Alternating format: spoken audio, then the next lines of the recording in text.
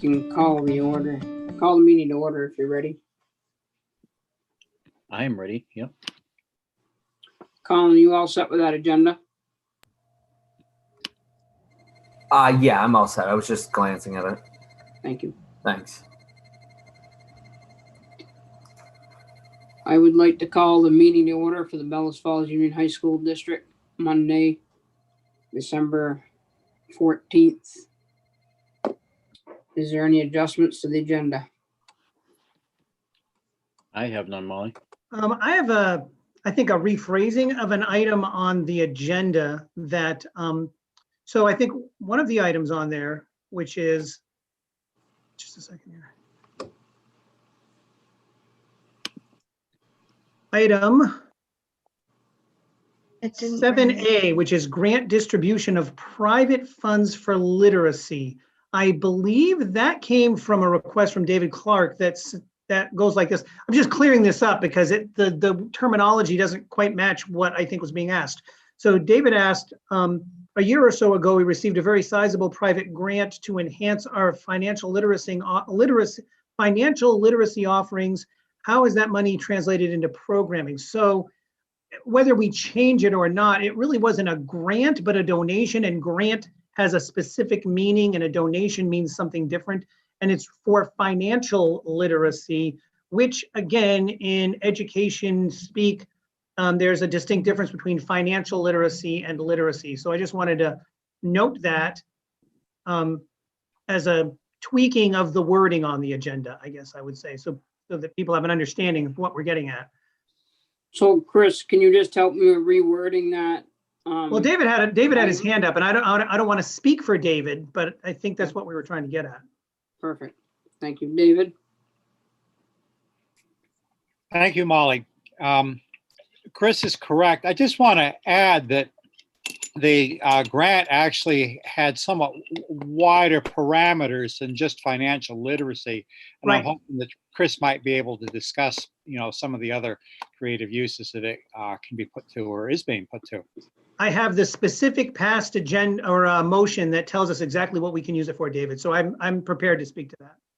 So, but we need So, to Right, so it lose the should word probably, grant. it should probably say update Okay. on donated funds for financial literacy and other goals.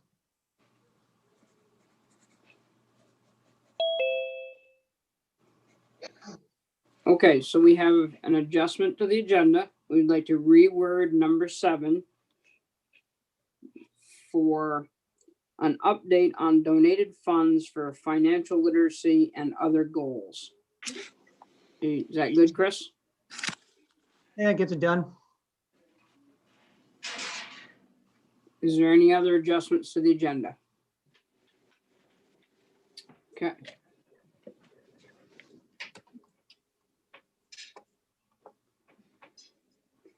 Review and approve board minutes for November 20th. Can I have a motion for that and then discussion if needed? I'll go ahead and move the motion that we approve the minutes. Okay.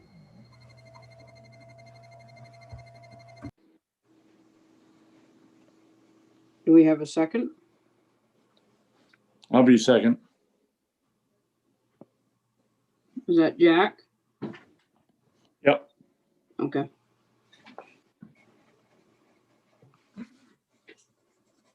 Is there any discussion? Does anyone have any? Mr. Clark?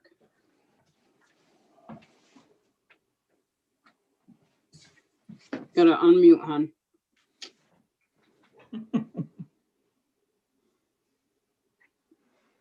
Thank you, Molly. Was a quorum present on November 20th? There was a quorum on 20th that I'm aware of. The meeting on November 5th, there was not a quorum. On November 6. Got it. Thank you. Anyone have any adjustments? Priscilla? I have a question on the, well, it would be on the second page. it's talking about Jack's motion, but then there really is not a reflection that there was of the actual motion. You said we had a motion on the floor, but there's no motion there unless you were talking about Jack's motion, which we didn't agree with. But Jack removed that. So where is the motion? Okay, let's look and see.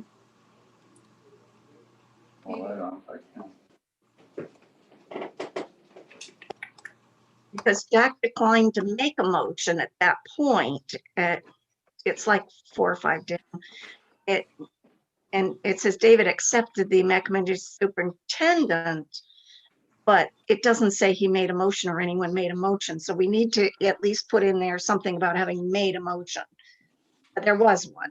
I'm not questioning there being one, but just there's no reflection of a motion that was made. Jack shared his prepared motion. So, did we not I have Yeah, his but motion? I think that, I had been that- asked to, sorry, I think I'd been asked to send the text of it and have had a rather busy couple of weeks. And so that may be on me. And I can do that, send that as, we can have that just attached and I can send it to Nicole and that will take care of the issue. It says in the minutes there that Jack seconded the motion, Yeah, that's an error. but Priscilla's right. There's no actual motion listed. So I do think that that's right. Jack was asked to send it to them. because if it I says know. that Jack moved that this board as policy follow the recommendation of medical staff, and then he withdrew that. Right. So before you say we have a motion on the floor, we need to reflect that there what the motion was is all we need to do. And Priscilla is quite accurate, and that was the gist of the motion, was that we set forth as a policy that we follow the recommendations, mostly because that's kind of what we're doing. But we decided to go a different direction, and that's fine. Okay, so I try to take some notes and I don't see who made that motion either, so we're gonna have to go back and watch the video or something. David Clark.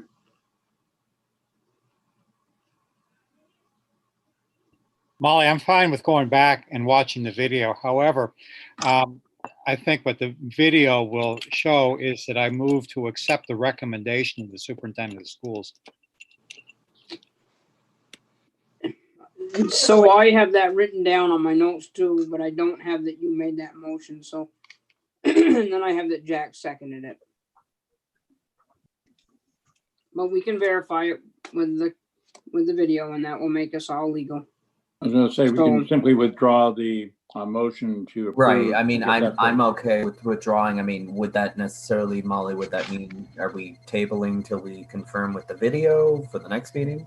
Correct. Okay. So if Madam Chair, if I need to withdraw my motion, I will. Okay. So we are not going to approve any minutes for November 20th meeting right now. Communication and public comments. Chris, do we have any?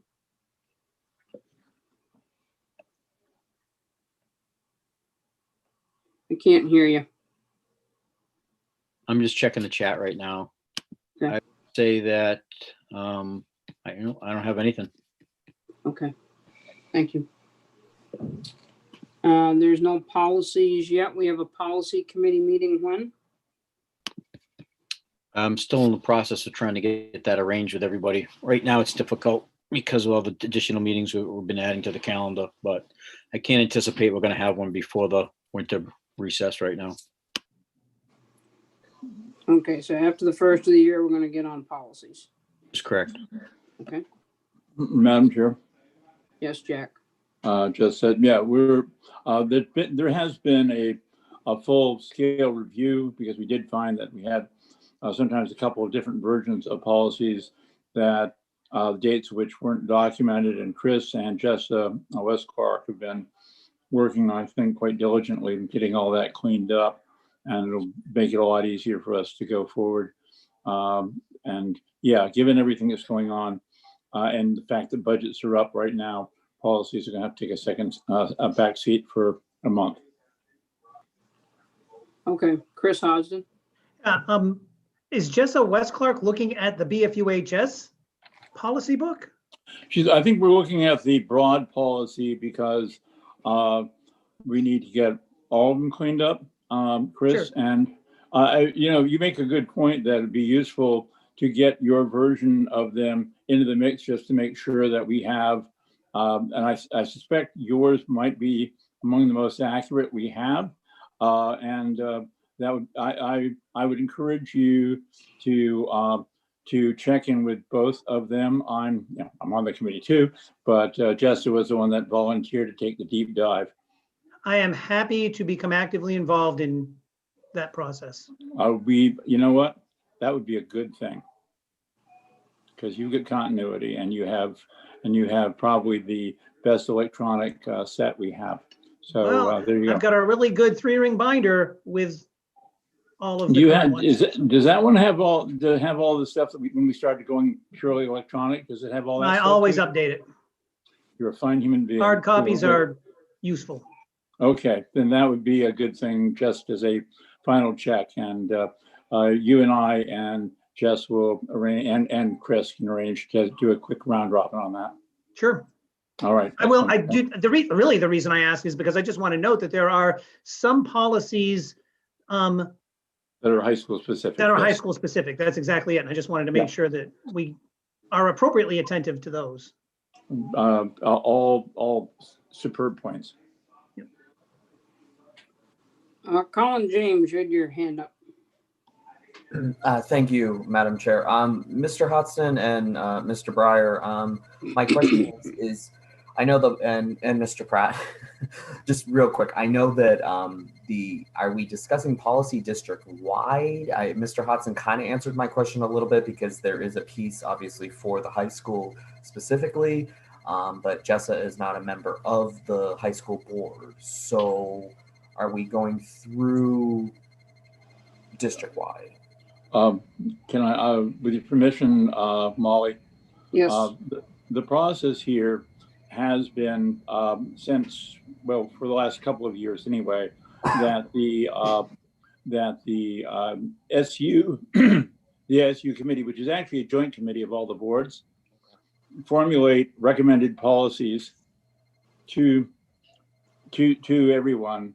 They are adopted for review by the SU board, and then sent on to the individual district boards, which can tweak them, although we try to encourage them not to tweak them except where it's a very district specific issue. And that's the process. We did a very thorough review almost 2.5, almost 3 years ago now. And so we're really, but when we had, when Chris Kibbe left and Chris Pratt came on, there seemed to have been a bit of a hiccup digitally, and we're. I do remember that, John. Yeah. Yeah. Okay. But that's the process. Yeah, you're right. This joint board, the joint committee, adoption by the SU board, adoption by the subordinate boards, or not subordinate, the member boards, and that's the process. Absolutely. Thank you so much, Jack. No problem. Okay, I think we're good. We can move on to principal's report.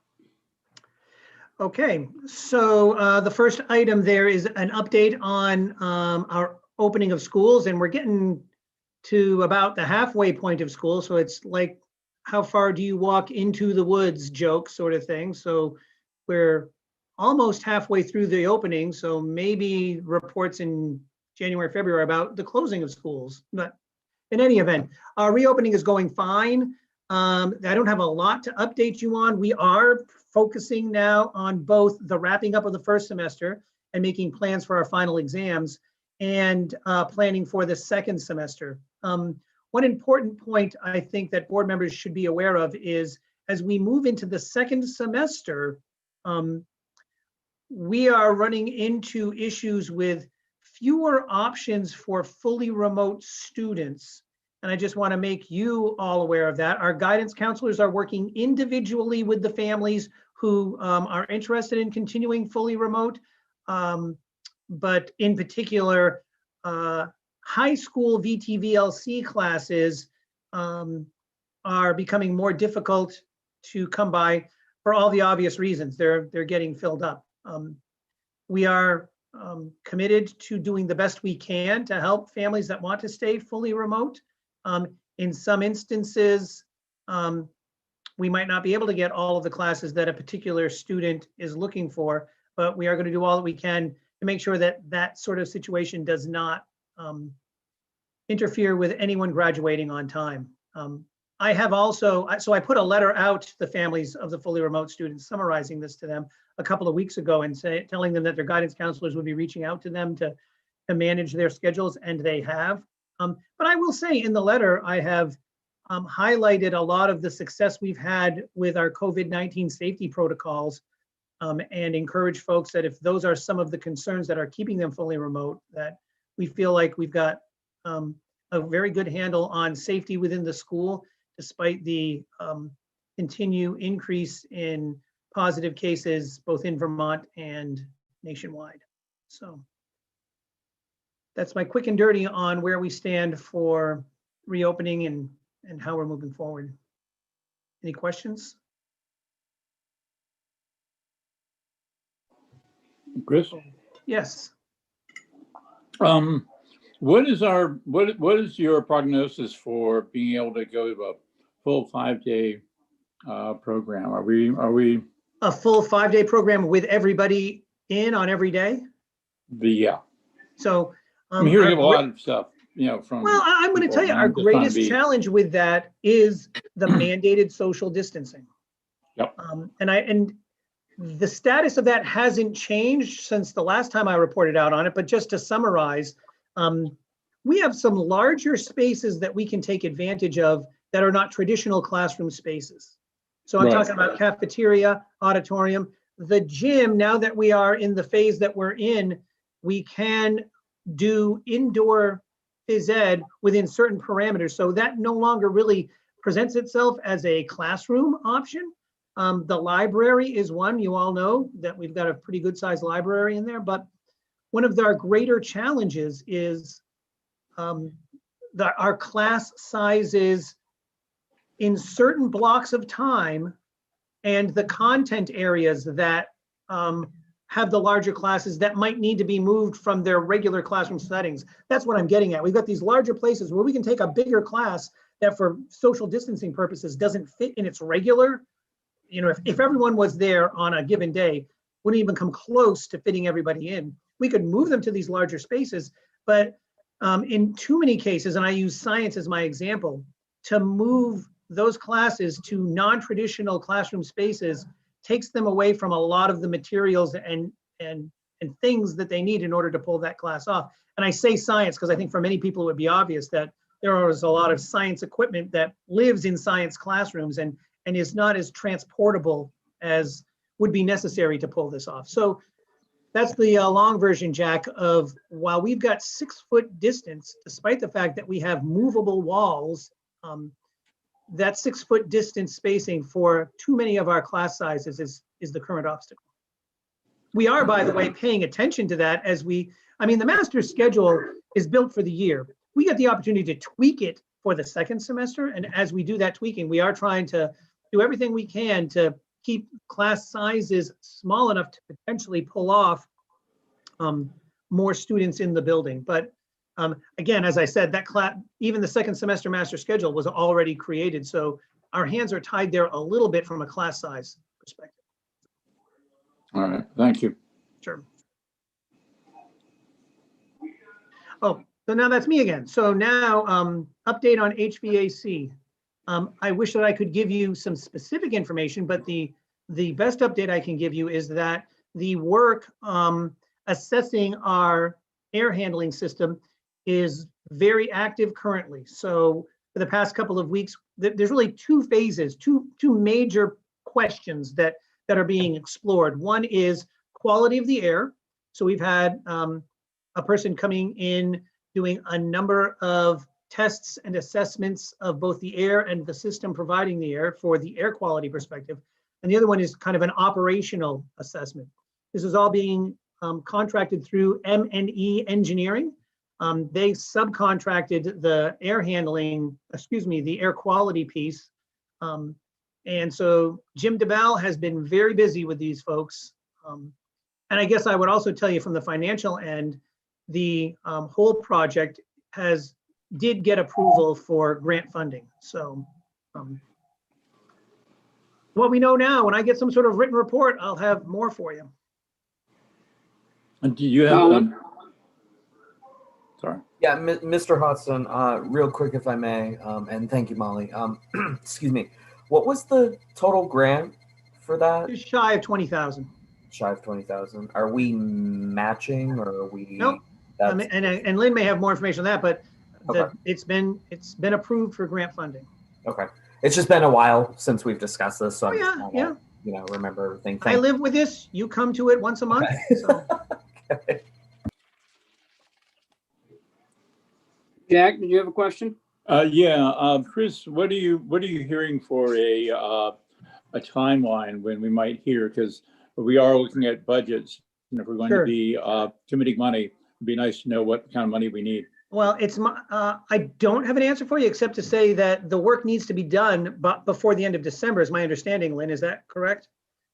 So I'm going to guess that this is the evaluation money, not the construction money.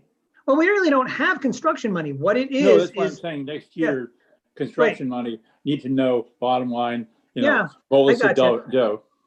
Here's what I want to tell you. I am not hearing things that leave me thinking I better put some discretionary money into the budget. Let's put it that way. Okay. So, but again, that's all I can tell you right now, but that's the timeline. I suspect we'll get some information in January. Thanks. Yep.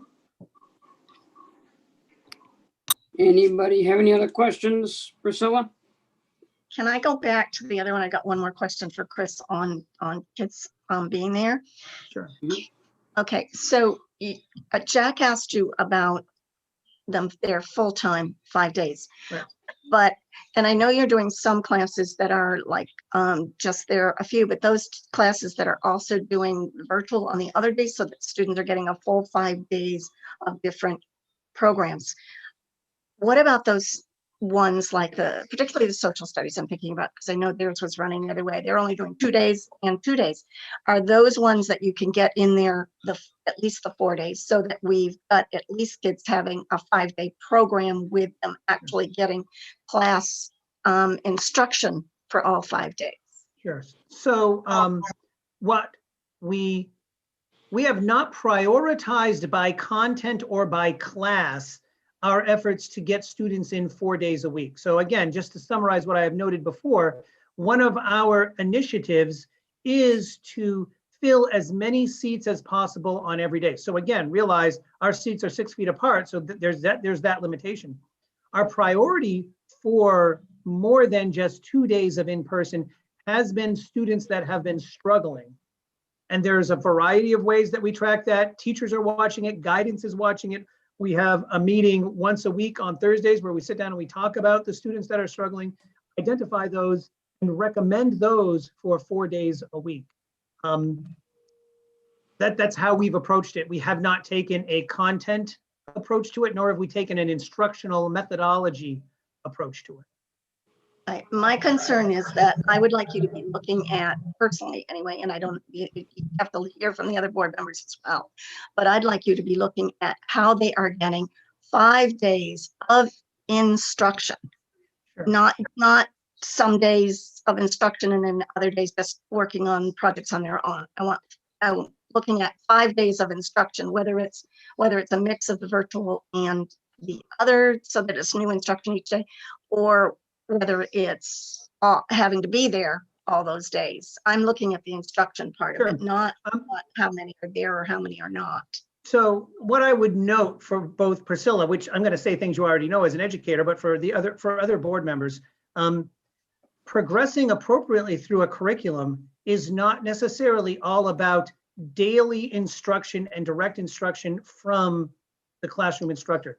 You can make reasonable and appropriate and very successful progress through a curriculum if you have the right amount of instruction and also are provided enough time to work on projects related to that instruction. Additionally, without direct instruction, teachers can still interact with their students who are working on these projects outside of the normal classroom time. So Priscilla, it would really be impossible for me in a board setting to really hash out on a class by class or a curriculum by curriculum basis which curricula are best for that and which ones underserve the students. But all I can tell you is what we have right now are a set of teachers who are very much committed to getting their students appropriately through the curriculum by mastering the proficiencies. And I'll agree with you. Some are well suited for direct instruction on a daily basis, and some are perfectly suited for something other than that. And that's the best I can tell you right now. Any other questions for Chris? Molly? Yes, Just Jack. one. We were talking about quantities of kids that are having difficulties in our elementary district meeting the other day.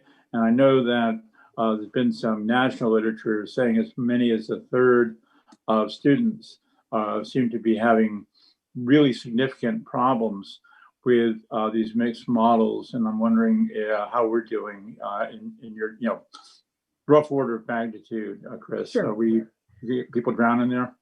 Well, so I guess the best way to answer that, Jack, is with a data point that I have to tell you I haven't checked within the last week. But coming back to, remember, our approach is students who are struggling, we are going to engage them more significantly in in-person instruction. That's 4 days a week. The last time I checked, not counting the special education students who started that way, we have some fairly high need students who from the very beginning were 4 days a week. I think we have about 60 students who have been scheduled for 4-day in-person instruction. And that may include the special ed. I'd have to check on that, but that's giving you a sense. And we have 315, I checked today, students on the books. So that does not mean, by the way, that every one of those was failing their classes in order to get to that place of 4 days of in-person instruction. It's really a case-by-case basis, taking a look at what the student has for classes and what they're doing successfully. And but I guess, Jack, that's the best I can tell you right now is as a measuring stick. 20% is better than 30%, Chris. I'll take what we got.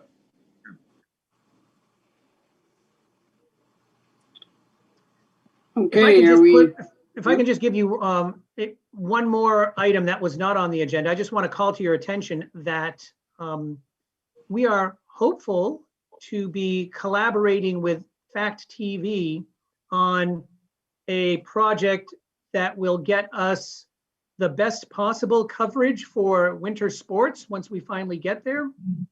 And it's a collaboration where Fact TV and us will work with a third party that provides both equipment and some other resources for the best possible coverage of our winter sports. And it's going to be more details to follow on that, but I want folks to know that I might be coming and asking you to accept a nice donation from Fact TV in that direction. So more to follow on that. That's your tease for next time. Chris, can you just update us on what sports looks like right now? Oh yeah, I had to bring that up, didn't I? So Yeah, you did. it is, I just want to say to begin with, the start of winter sports is well beyond our control. Mhm. Originally, we were hopeful to start practices as early as November 30th, but at the state level, the governor has placed winter sports in the same category as recreation or school sports in the same category as as recreational sports, which means they're on hold indefinitely. What we have been told is that we should anticipate a weekly update at the governor's press conferences. We expected Tuesdays, but he's doing these on Fridays, and it'll be on that weekly basis where we're going to be told, given a week's heads up to start winter sports. So this past week on Friday, they said not this week. And so we're going to wait to hear this next Friday to see when they decide to get things started. We're in a holding pattern. Okay, thank you. I think we've got everything that was on the principal's report and nobody's got the hands up. So let's move on to the big one. Let's move on to finance, the budget. Flora?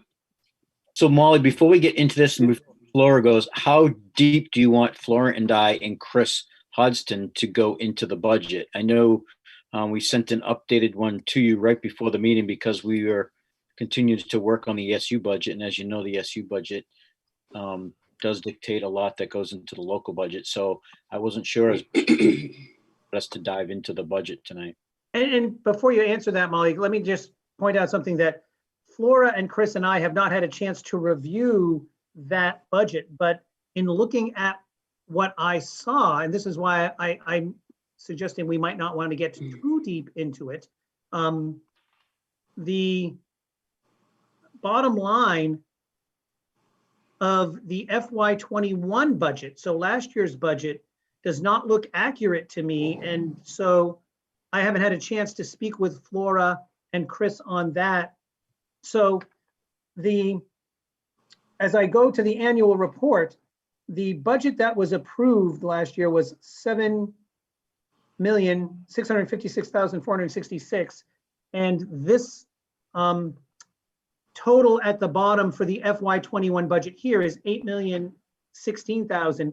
And so not having had a chance to go through that, I just want to note that there is some discrepancy there that I think we need to work out.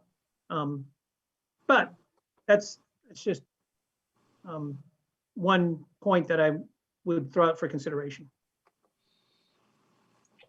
Madam Chair. Go ahead, Jack. Yeah, Chris beat me to the punch.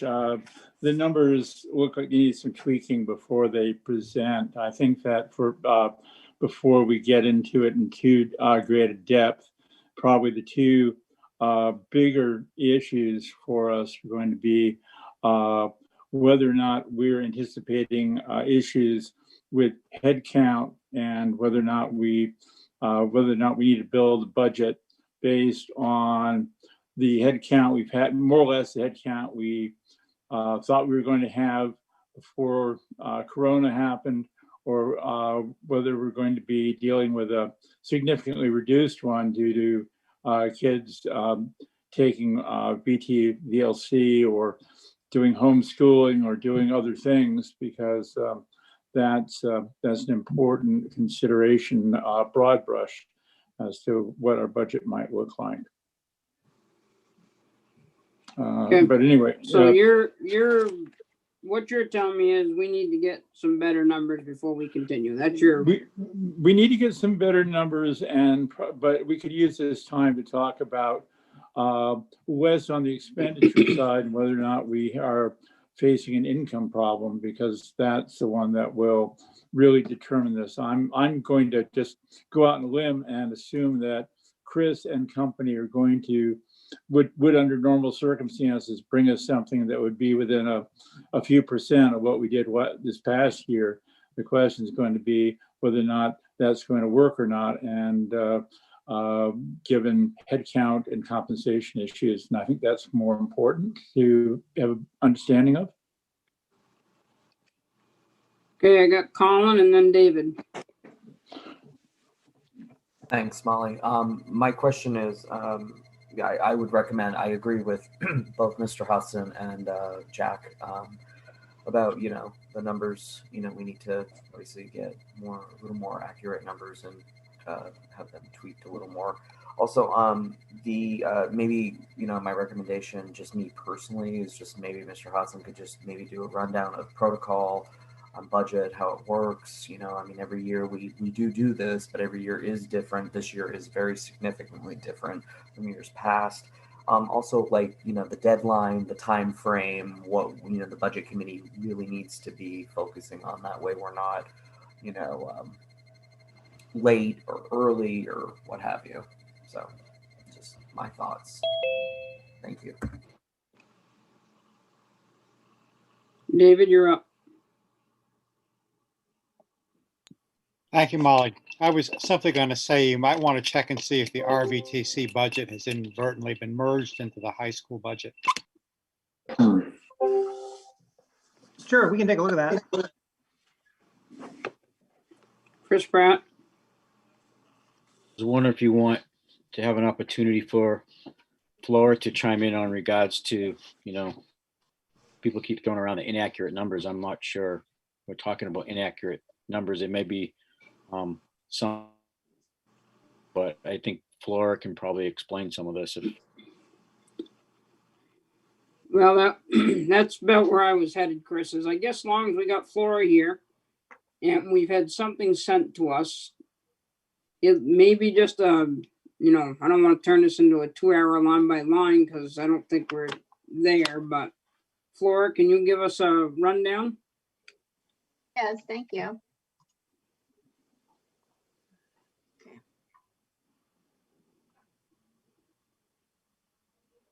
Can you see my spreadsheet? Yes. Okay. So I color coded the sheets. So the first portion that is light blue, it will be all of the salaries. Then I will have a second portion that is a peach color, that is the benefits. That is the amount that we cannot change.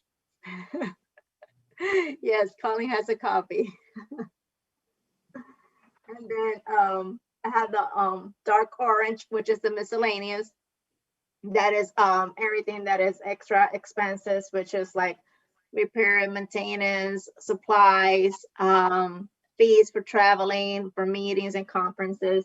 All of those ones are in the dark orange. And then the green color is gonna be the SU assessments. I know Chris mentioned the fact that he seems to think that the budget, maybe the bottom line is not was approved. That bottom line is something that we can't touch. That is just something that was uploaded in e-finance. When I run the report, that amount comes up. It's not an amount that it could be touched or changed because that is what it was set and approved in e-finance. So if it is different than what was approved, I have no idea how it could have been changed. For example, when you guys finish with this budget, if it gets approved, I will upload the budget with Leslie from eFinance, and that budget gets saved and it can be switched. So maybe then that's something that Chris could look as a FY21 if it is something different to him than what he had.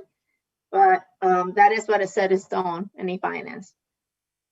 FY21 year to the actual, this column here is what they have encumbrance till today. And then the last column, which is FY22 requested base, is the new budget amount requested per each of the line and categories. And then our comparison data for the year FY21 to FY22. The budget composition percent is the percent of each of those lines in the budget. And for FY22, we have that the salaries is a 35%, 14% for the benefits, 34% for assessments, and then an 18% is for miscellaneous. From last year to this year, the variance of the budget, which is the increase, is 11%. And then that 11%, it makes these lines. 3% in salaries, 8% is benefits. Those ones we can adjust. That is life insurance, health insurance, dental, vision, FICA, Beamers, so I cannot adjust those numbers. The health insurance that go up for dental, vision, and insurance itself. And then we have assessment, 32%. And then miscellaneous total, which is all of the extras like supplies, COVID supplies, maintenance for the facilities, that actually went down to 2%. And then for the assessment, I did provided a sheet that it tells you which is the percentage amount for the assessment for each of the lines. So for custodial is a 10%. So the increase for FY21 that was approved to FY22 for custodial, the variance for those 2 years is $3,000. That's a 10% increase. For the board, it went down. So last year we had above amount that was added to the board. This year we don't have that amount. I have reviewed that with Chris and we thought that it wasn't needed. So that's why it's showing such a huge decrease in the line for the board. Transportation, it seems that it's a 21% increase, but that is because we decided to merge special ed transportation and regular transportation, because at the end of the day, it's still the same. The department is still transportation. It's just, I guess, expense-wise, dividing it more. So just for you to see it in one line, I put just transportation, all of it together in one line. So that's why you see a 21%. Then we have special ed department, that is a 63% increase. Food service is a 1%. The business office did go down 4%, but that is because we made adjustments in our department between overtime as well as the change in staff. And then the superintendent office as well, his office had different staffing that right now is not there anymore. So that's why you see as well an adjustment in the superintendent's office. And then for early ed, this line was reviewed with Chris this morning, and we decided that the early ed is going to be assessed just to the elementaries, not to the high school. And that's why right now we don't have any increase for the early ed.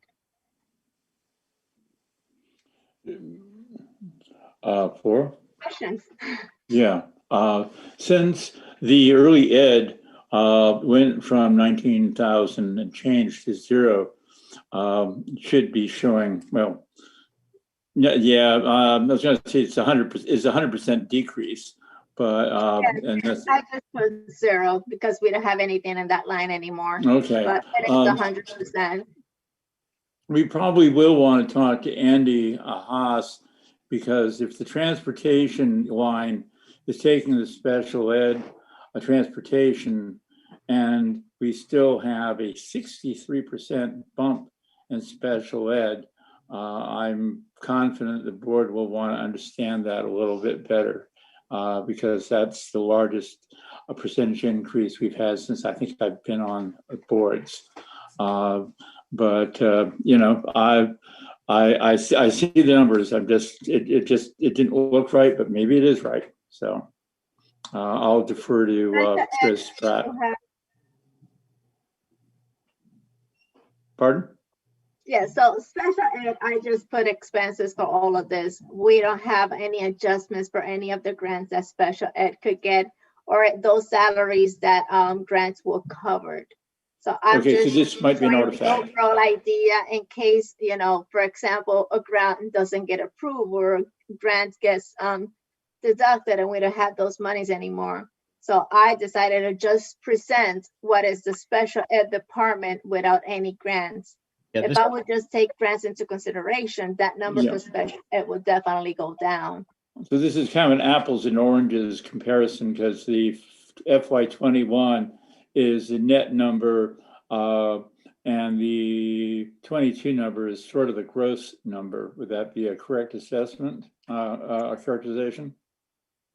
Yes, but we had to take into consideration the fact that benefits are going up as well as changing salaries and benefits. We do take into consideration as well COVID expenses. It is in there.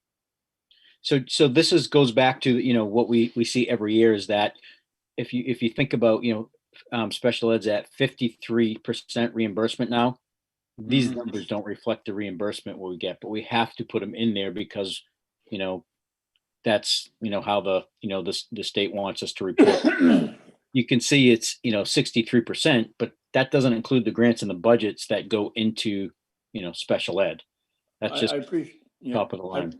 I appreciate that, Chris, but we end up voting on a net dollar amount based on some swag estimate of what those variances are going to be, or what those amounts are going to be. And so when we look at these budgets, we're budgeting our piece of the pie, not necessarily the whole pie. I've always said this is what gets so confusing about these budgets, particularly to new board members, is that we have a net budget at the end of the day, but we tend to have some of these line items that are sometimes net, sometimes gross. And when you're trying to oversee the budgetary process, it can be kind of a head scratcher, to say the least.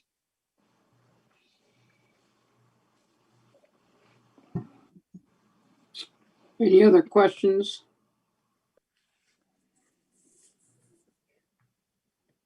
I have one. Molly, it's Debbie.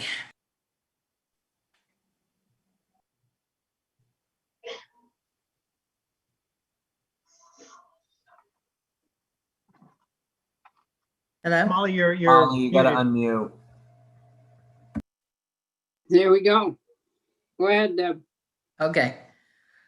I would have wished to have these sooner. We just got them yesterday. Not a lot of time to review them. And again, as I agree with Jack, there are some things that maybe we need some tighter numbers. I see some FY21 actuals that appear to be blank in some areas, which I thought there should be some numbers in there by now.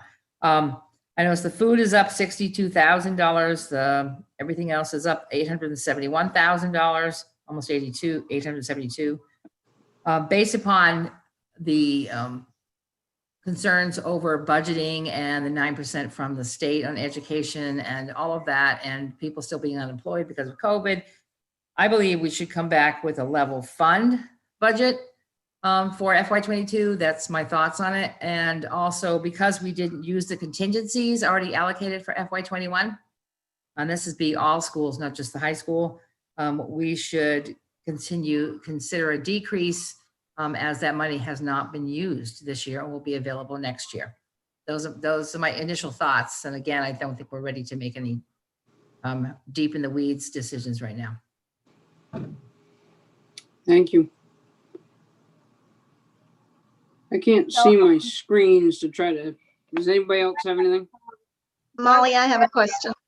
We Go ahead, did Priscilla. take away contingency for this coming year. So whatever the contingency is for the past year. So we didn't take into consideration contingency for this coming FY22.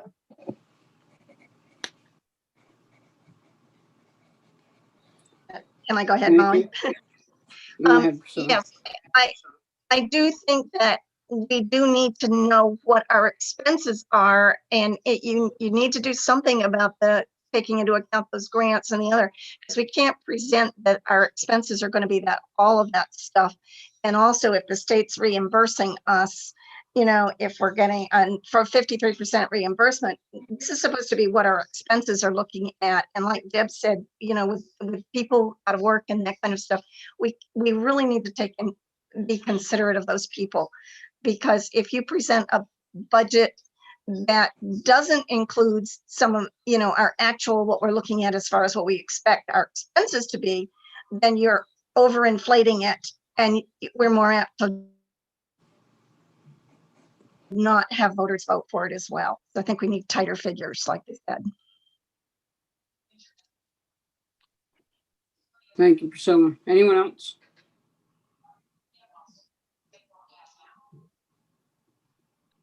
Flora, can I have my screen back?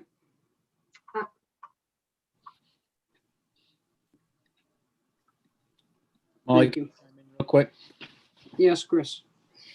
So, this goes back to what we were talking about before with the grants. I mean, until we have the grants and the funding all approved by the state, it happens every year. We have to include it in the budget. We can't say we're getting this so much money in grants, so therefore we're not going to budget for it. I don't think the state allows us to do that.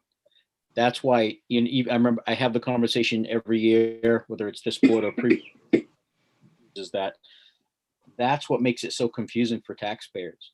If we were able to say we're getting this much in grants and it's definite, whether it's the 53% in reimbursement, or if it's the millions of dollars we get for ESSER, or all the grants we've gotten for the food services, if we took that off, yeah, it'd be a much, the budget would be a lot more accurate in regards to what taxpayers are actually spending.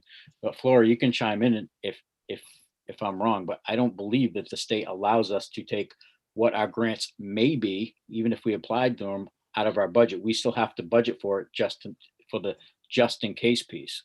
I mean, that's what it really comes down to. Flora, can you talk to that a little bit? Is that Jack? I see you shaking your head. I want Flora to chime in for a second. So yes, grants is not something that the state is obligated to provide us, and they take into consideration different facts. We can't budget thinking that we're going to get the same amount as previous years, because the state could always cut down. Right now, even when we got the letter stating that the taxes were going up, they're taking into consideration the fact that they gave school money for COVID supplies. So right now they mentioned already that we need to start taking into consideration, if COVID keeps going on, COVID expenses. So that's a fact that I had to budget in, because it was state suggestion that we had to take that upon ourselves. We can't be thinking that we might get extra funds from the state. We might not get anything else, or we might have to even pay back some of the funds that they've been giving.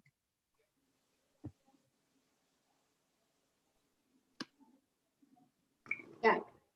Jack, did you want to speak? Yeah, I disagree. And I've been doing budgets for kind of a while. And the budget that we ask taxpayers to vote on is the net. And we do pick a figure as to what we anticipate the state may give us. Sometimes we are wrong, but we at least put a number in so that because otherwise what you're really doing is you're asking the taxpayers to pay several $100,000 in tax money that we expect to get reimbursed. And that basically means that we have several $100,000 surplus. That's not how budgets are done, at least even anywhere, and they haven't been done here. I think it's important for us to have an idea. We should, if we're going to do a full expense budget, then we have to show what the full expense was, line item by line item. For example, in special ed, you can't have a net expenditure in one place and a gross expenditure in another and have any sort of rational budget process. It's got to be the same basis point for the figures. Otherwise, everybody's spinning their wheels and wasting their time, or asking the taxpayers to pay hundreds of thousands of dollars in taxes that we frankly don't really think we're going to need. Never done it that way. And I'm willing to have a conversation ex parte with our colleagues in the finance office and with the superintendent, but I know how we've done it in the past, and that ain't it. All I got. Okay, I think we've hashed it out enough tonight, unless somebody's really got a question, because I think that, so my only concern, just a minute, John. My only concern, Flora and Chris Pratt, is we're getting close to the end of the year here. It sounds like we need to make sure we have another meeting. These budgets need to be approved by middle of January. Is that true, Flora? Yes. So, I think, what do you think so if we go 2 weeks, it's the 28th of December, that's vacation week. Most of the time, nobody wants to have a meeting on vacation week. So we go to the 4th of January. Is that going to give you enough time? yes, it's not changing the budget completely. It's just adjusting some lines. Do you think that we ought to have a meeting before then for the budget? If we just have a high school meeting for the budget, do you think we need that? I think anytime after the SU budget, we're gonna do some more work on it tomorrow based on tonight's conversation. But I don't think it would make sense for any of the local boards to have another meeting until after the SU budget. Right, Is approved? yeah. Yeah. Okay, and is that this Wednesday? Tuesday, tomorrow. Yeah, tomorrow the SU's getting the first crack at the SU budget.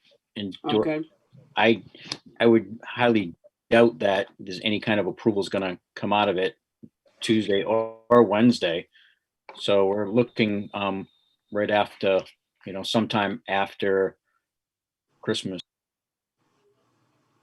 We can Okay. the vacation. It doesn't have to, it's most of us are working anyway, so it's not like, we have all that time. We just a few days off and then we're right back at it. but so the SU doesn't meet after this Wednesday until the 30th though, right? Or they don't even usually have a meeting on they're the first and the third Wednesday? Yeah, right now David? we have a meeting, the budget meeting scheduled for Tuesday. We had David moved the meeting up from the end of the month, the 23rd to Wednesday. And so as of right now, that's all that's scheduled. That doesn't mean it's like the same conversations we're having here tonight that we wouldn't be scheduling another SU meeting, all depending on how the conversation goes Tuesday and Wednesday. Okay, I guess I just wanted to get it out there that, it sounds to me like there ought to be another meeting where people can ask questions once they get it in front of them for a couple days. David, you've tried to raise your hand 3 times. I'll let you talk. Thank you, Molly. Chris is correct. The WNASU Budget Committee meets tomorrow. I believe it's 5 o'clock, Chris. I believe I'm going to look while you're talking. We meet tomorrow It is. afternoon and we can revisit the agenda to be certain of the time. But I wanted to say is that normally the SU would meet, I believe, on the 30th. However, given the fact it's the holidays, that may not be the best date for it. However, once again, I'm going to ask people possibly to keep their calendars open, assuming that nobody's planning any ski vacations over the Christmas break. We may want that date and possibly even the 23rd, although I think that's the tougher of the two for the supervisory union to see how close we can get to finalizing a budget. So when we hit the beginning of the new year, that the local boards will have some hard numbers that they can work with. So what I'm saying to SU members and all board members is we may very well need to meet during the break in order to get an SU budget as close as we possibly can so we can do some accurate budgeting at the local entities. Well, we can't go anywhere, David, so we might just well have some meetings. Jack, did you have your hand up? Just to remind people that when we've gotten caught before, and it's been a while, when we've had budgets late, we have asked people to meet every week until we've nailed them down. It's not much fun, but I think that we're here because we're a month behind. So, fasten your seatbelts. It'll be a fun December and January, and you just have to deal with it. Thank you. Flora, I think we have exhausted whatever we've got for budget talk for tonight. Thank you very much. Thank you. Chris, committee reports, none that I'm aware of. Okay. David Clark, WNESU board meeting review. Thank you, Molly. This is my rough notes on the last WNESU meeting.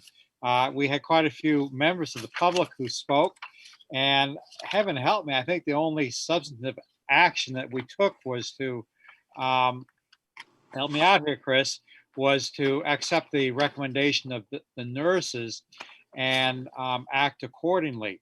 We listened to school updates. We had actually the school updates were quite interesting, and I do have an update from VTVLC, which I think may be somewhat relevant to some of the discussion we've had tonight. This time last year, VTVLC was showing 2,500 enrollments. That's a kid taking the class. Right now, according to Jeff Bernard, I believe we're bumping up around 45,000 enrollments, which kind of explains why some classes are tight. It's really quite a remarkable transformation for VTVLC. And we're going to be back in again this coming Wednesday night with other items as well. I'm hopeful that we don't have a long meeting. But as the saying goes, be there or be square, or at least be there or have less information than you would have otherwise. So I would encourage board members to show up.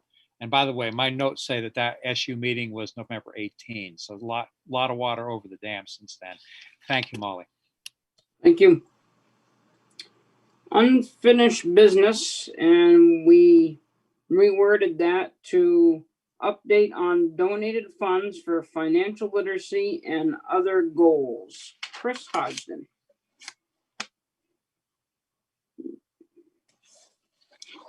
Here we go. Back in late October, early November of last year, I presented to the board a donation from the Haver Foundation for $250,000. The board, sometime along that time frame, sometime in November, I think, passed the following motion to accept the very generous gift of $250,000 from the Haver Foundation with the intention of this gift to be the support of student learning and growth in the areas of 1, financial literacy, 2, online coursework of any kind which helps a student progress toward a high school diploma, 3, the study of economics, and 4, the study of science. The first 2 areas listed are the priority areas for these funds. This money will be placed in a reserve fund from which funds will be drawn as needed for the purposes previously listed in this motion. So I'm sure you all remember that, right? You had that memorized. So that was a motion that was passed by the board. Very soon after we passed that motion, we formed a committee to particularly focus on financial literacy and really, quite honestly, sprint out of the gate with that. And the gate got closed hard on us on March 13th. So along the way, we've expended money from that account twice, and I don't have the exact numbers in front of me, but we have a math class called Math Applications, and that class is taught, it reinforces algebra and geometry skills, but it has a strong focus on financial literacy. So we purchased some hardware and some software to support that class. And because online coursework is a high priority for this, we never really expected that when we got this money, we were going to be doing so much online coursework, but we have tapped into that money to pay for all of our VTVLC classes for this year. So that's your quick and dirty. I would love to have school running in a way where we feel like we can organize new curricula and new programming as we would be doing with the financial literacy. But we hope that once things get back to business as usual, we'll be able to pick up that work again. So. Thank you, Chris. David, does that satisfy? Yes, it does. Thank you, Chris. I appreciate it. Thank you. Supporting VTVLC is an appropriate use of the funds. Indeed. Anyone have any questions for Chris on that? Jack, is your hand up? Yeah, if you wouldn't mind. Do we have to write a report to the funder, and do we have any sense as to whether or not they'd be prepared to write another grant? Because sometimes you get ongoing, sometimes you get one-time onlys here. And do we have any sense of either of that at this point? Well, we're not required to report out to them. I have been in contact with, I can't describe it as frequent or regular, but actually the individual who provided the money came and visited the school over the summer. And we had a very good conversation about all of the things that we are able to do and hope to do with that money. And I gave her a tour, and it was really a great visit. There is another individual who is her banking person down in Nashville, who I've also been in touch with. and have conversations about what we've done. And again, basically a very similar summary that I've given here, that we had a very enthusiastic committee of teachers who really embrace the priority that financial literacy should be. And, we had a few meetings, but again, we got derailed by COVID-19. And so I've been in contact with them. They don't expect us to report out on this. And we have not asked about whether or not we're going to be regulars of theirs. So it wouldn't be a bad, having family that does this for a living, it wouldn't be a bad idea to just check in on that, because sometimes you get a nice surprise. Sure. Kathleen does one-offs all the time that turn into 10-year commitments, and we like those. Well, and to be honest with you, I was hopeful that we were going to be able to report a financial literacy graduation requirement and all the supports that go along with that. By the way, we don't just do that without the supports that go along with that. So if you're thinking about that, sit that on the back burner now, because that's where it is, on the back burner. But I think that's how you get folks to be enthusiastic donors, because they become enthusiastic about what you did with their money the first time around. That's my thinking, and that's my strategy. I agree with that. Okay. So. Okay. We have down to new business, and it is financial support for the Booster Club through donated funds. We actually, on, I believe, November 5th, maybe November 2nd, whatever our first meeting in November was, we voted on this, but we did not have a quorum. So that vote was no good. And we are now looking for a motion. Chris, help me out with this. We had a donated fund about a year ago that we have not yet spent toward athletics, for that the board accepted for $2,500. What we discussed at the meeting that didn't have the quorum was the unfortunate situation that the Booster Club, which provides a lot of support for our co-curricular activities, not just sports. They also do scholarships, they support drama. Their primary fundraisers or significant fundraisers are the concessions at football games, concessions at basketball games, and we had essentially no concessions at football games. We had very few fans, and the Booster Club tried to do a little bit with that, but that was not a moneymaker.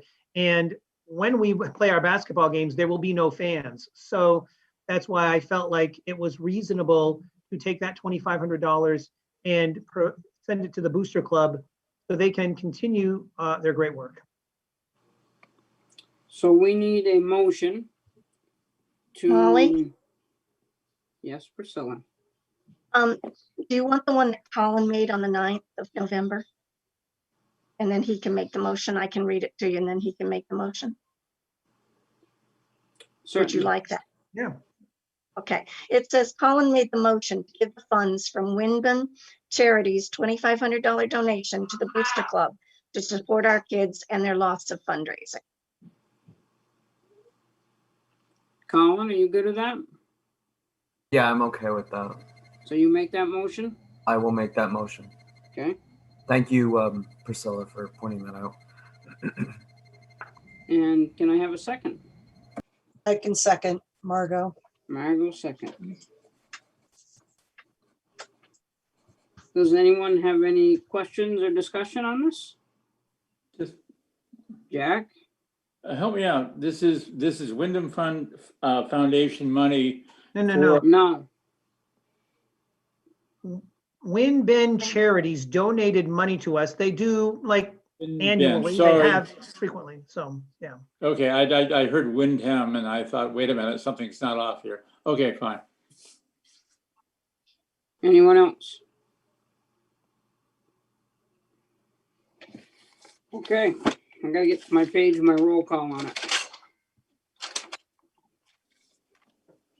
We have a motion made and seconded to accept moving the $2,500 donation from Wyndham to the Booster Club to help with the scholarships and all the other good stuff they do. Colin?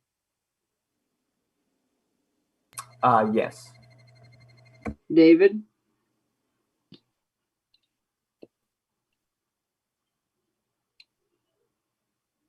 You spoke before you were fully unmuted, David. Yes. Deb Wright, Aye. Margot, Yes. Priscilla, Yes. Jack, Yes. I think I got everybody. Motion passes.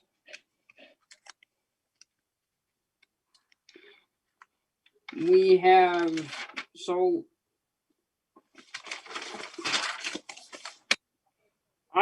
when I look at the calendar, and tell me right or wrong, but it looks to me like we ought to have a meeting the week between Christmas and New Year's. So I think we ought to put on the calendar that we're gonna have a meeting on the 28th.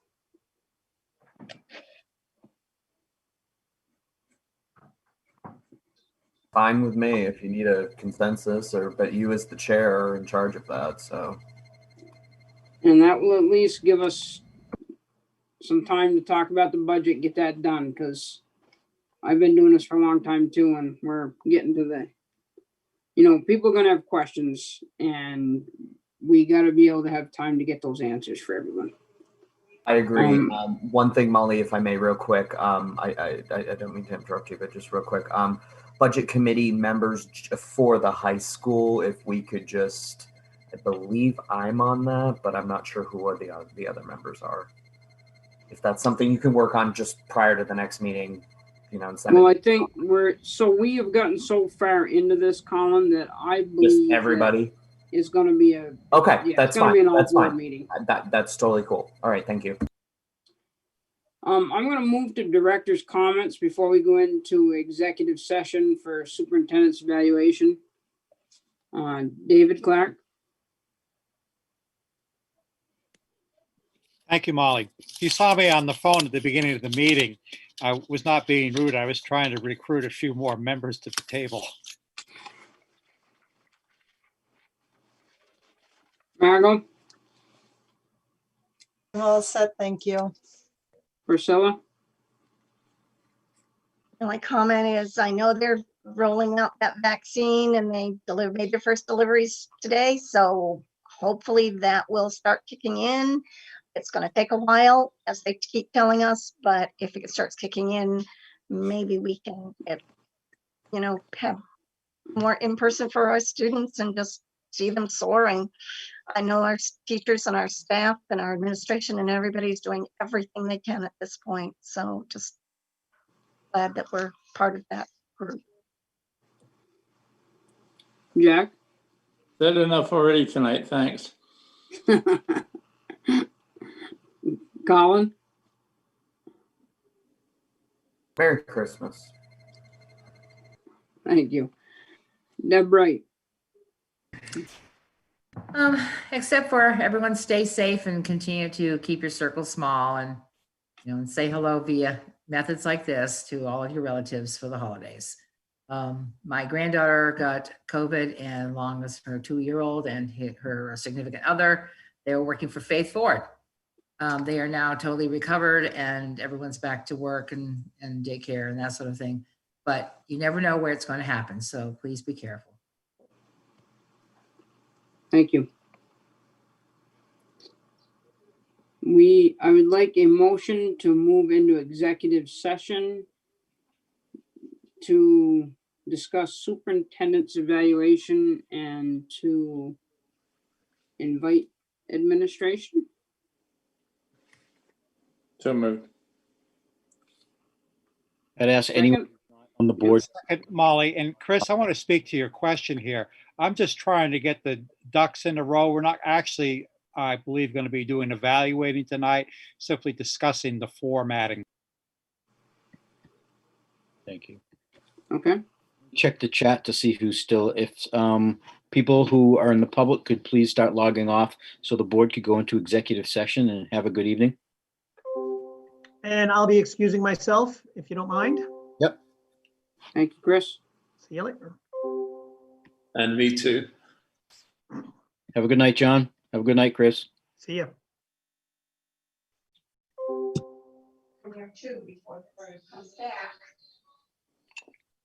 Just have one left. It's iPhone Margaret, Back TV needs to log off. Just waiting for